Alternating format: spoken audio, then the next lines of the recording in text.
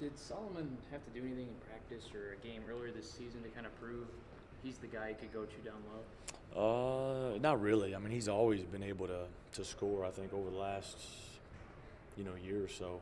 Last year obviously he didn't play, but just a little bit early because of all the injuries, and then second half of his sophomore year he was hurt. It's the first year he's really been healthy. Just we were a little bit stagnant. And made the change. With George and him, and then he really responded after that, and especially now with Tyrese being out, we've really made it a focal point to get it inside. Maybe should have done it even earlier than that. But I was just looking at what he averages in our wins and in league play, and he's playing really well. And I think he's playing with good confidence, and obviously switching some ball screens now, and he's done a good job defending. And so he's been really good for us. From day one to day now, in what areas has Caleb improved? Well, his effort was great the other night. It was fun to watch. It was fun to see him compete that way and just play free and loose, and make winning plays. I mean, he kind of got beat on one of their actions, and he stayed with the play and made a great strip of the guy.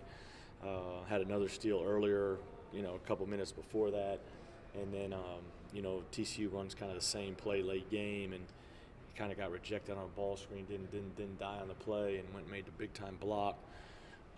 I talked to him. I texted with him some yesterday, and just said, "Man, the offense. Don't worry about the offense. The offense will come. As you get more comfortable and you get more time to continue to work on your skills and different things like that." But I think his effort has always been really good. He just probably just a little bit too hard on himself, and and wants to be great. But I was really proud of the way he competed. He made really tough plays for us the other night, so it was fun to watch. Did you see him being a defensive guy when you recruited him, or did you recruit him as a? Well, you knew he was a tough kid. Obviously, it's kind of like you recruit offense and coach defense, and but you want toughness, and I think he brings a ton of toughness to the table. And I don't know if that's because he's a multi-sport athlete, like John and I were talking about one day. Playing football and running track and pitching baseball and all the things that he did in high school. But and he brings great toughness, and he brings the willingness to compete every single day, and so that's just going to help him as he goes forward and as his great game expands. What has Trey shown you on both ends of the floor? I mean, he's starting to really get in the groove from three, but I think you talk about his defense improving. Just big learning curve for a true freshman. Yeah, I thought both those freshmen in 65 minutes the other night really played well.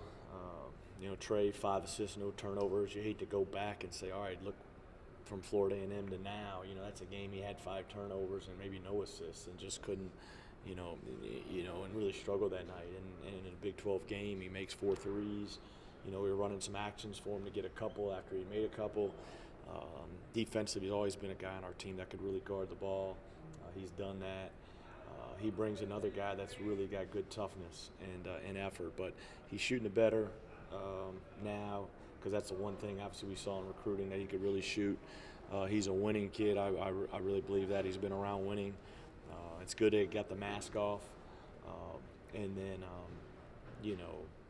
he's been good, and the 5 assists, no turnovers, I think that was huge.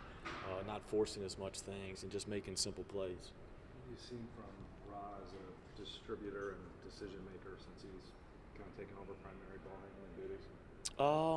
That's something, that's just kind of it's always, you're going to always have that's always going to be a work in progress. The goal is, you look at assist to turnover ratio, you want that lead guy to be, your goal. Anything, 3 to 1, 4 to 1, and so, Ra's guy can do a little bit of everything from a standpoint. He can break you off the dribble. He's got, mid-range game. Continue to work on finishing around the basket.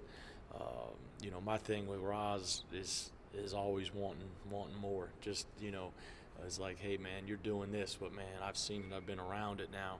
When I just look at your innate ability, man, you got more on both ends of the floor, to where you could be a dominating defender with your athleticism and size, but also, be kind of a scoring point, in terms of, being able to make plays, but being able to put pressure on the paint. And he did that. He made the big play late and made the free throws that kind of iced the game for us.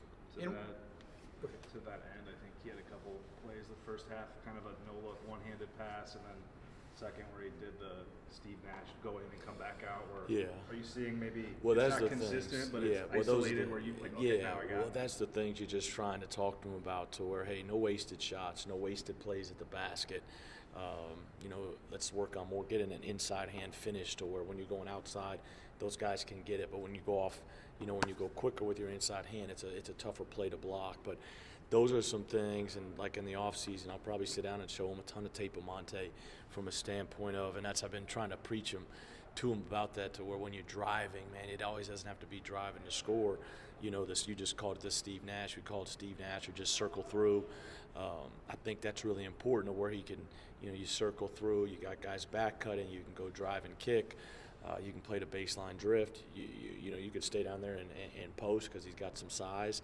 But I think those the no looks, I'm not so concerned about the no looks, but making good decisions and not turning it over when you get down in the paint. But I think that was good. He did a couple of those, especially when you're playing against guys like Samuel or Gillespie, Azubuike, guys that if you just throw it up there and you don't have an angle or you're not ahead, they can really change your shot. Obviously, Monte was wildly talented, but is he a good archetype for guys that maybe don't have huge physical gifts, whether it's size or explosion? Here's where some intelligence and craftiness can take you. Yeah, I mean, this is just, the basketball IQ, the understanding of, man, if I just hit singles for 4 years, I'm going to end up being the winningest player in the history of the school and the all-time assist and steals leader. And so that served him pretty well. And he made the home run play when he had to make the home run play or take the big shot. But man, he was so crafty and so cerebral in the way he played.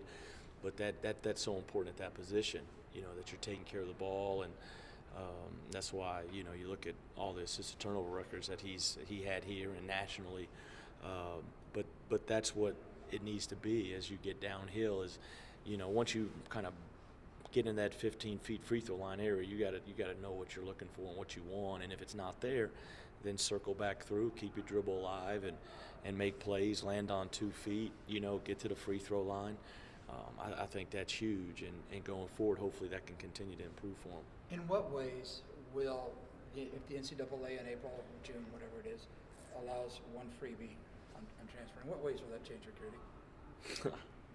Man, I don't know. We'll talk about that if it does pass. But I mean, we all know that